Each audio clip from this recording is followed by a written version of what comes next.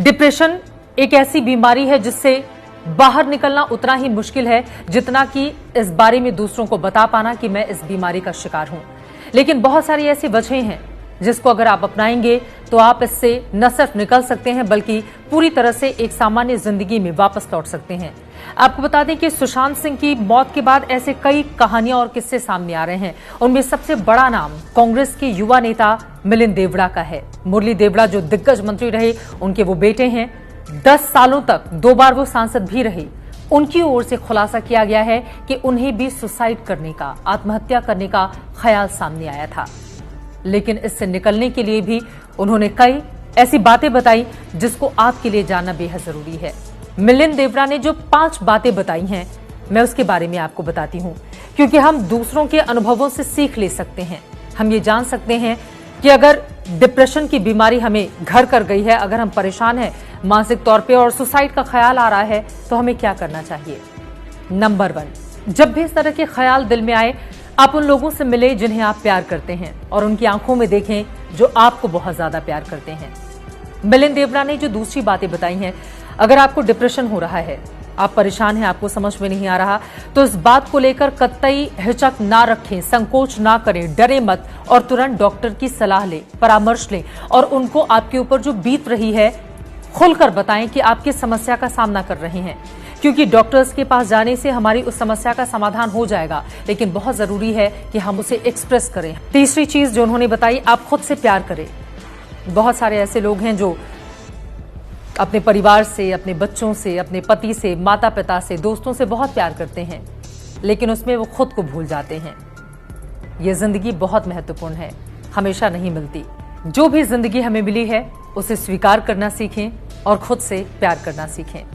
आगे मिलिंद देवड़ा अपनी बात को बढ़ाते हुए ये कहते हैं कि दरअसल जिंदगी बहुत खूबसूरत है, आगे निकलने की होड़ में मत फंसिए, इस जिंदगी को प्यार कीजिए। कई बार क्या होता है कि कामयाबी के पीछे दौड़ते दौड़ते दौड़ते हम वो तमाम चीजें भूलने लगते हैं जो हमारे आसपास घट रही होती हैं, जो हमें बहुत मोटिवेट कर सकती हैं, हमारी कामयाबी तक हमें और लेकर जा सकती हैं। लेकिन ये सब तब होगा जब हम मानसिक रूप से स्वस्थ रहेंगे। इसके लिए बहुत जरूरी है कि आपके जो शौक हैं, जैसे खाना पीना, डांस करना, गाना गाना, अपने शौक को पूरा कीजिए और अपने इर्द गिर्द उन लोगों को चुनिए जिनसे आप खुलकर इजहार कर सकें, बातें कर सकें, अपनी भावनाओं को शेयर कर सकें। मिलिंद देवड़ा की सबसे महत्वपूर्ण बात, कई बार हमें खुद के भीतर के शैतान से लड़ना पड़ता है। हमें समझ में नहीं आता कि आखिर हमारे भीतर ये इतनी ज्यादा उथल पुथल क्यों चल रही है। कई बार ऐसा होता है कि बाहर की दुनिया को देखकर हम खुद से सवाल पूछते हैं कि हमारे ही साथ ऐसा क्यों होता है। यकीन मानिए, ये तमाम वो सवाल हैं जो दूसरों के अंदर भी आते हैं, लेकिन जीतता सिर्फ वही है जो खुद पर भरोसा करता है। पूरा आत्मविश्वास अपने ऊपर रखिए। ये जिंदगी हमें मिली है तो इसको उतनी ही जिंदा दिली से हम जिएंगे भी। बहुत कम ऐसे नाम अब तक सामने आए हैं जिन्होंने खुलकर अपने डिप्रेशन के बारे में बातचीत की हो। दीपिका पादुकोण, जिन्होंने बताया था कि कैसे किस मानसिक अवस्था से जूझते हुए वो बाहर निकले, लेकिन सही वक्त पर इसका उन्होंने इलाज किया और अपने आप को पूरा तैयार किया, खुद पर भरोसा किया।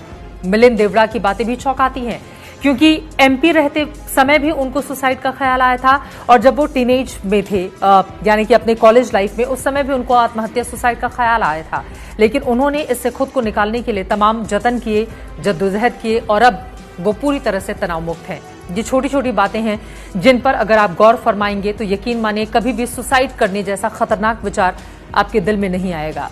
ये जिंदगी बहुत कीमती है, खुद से प्यार कीजिए, जिंदगी को जीना सीखिए।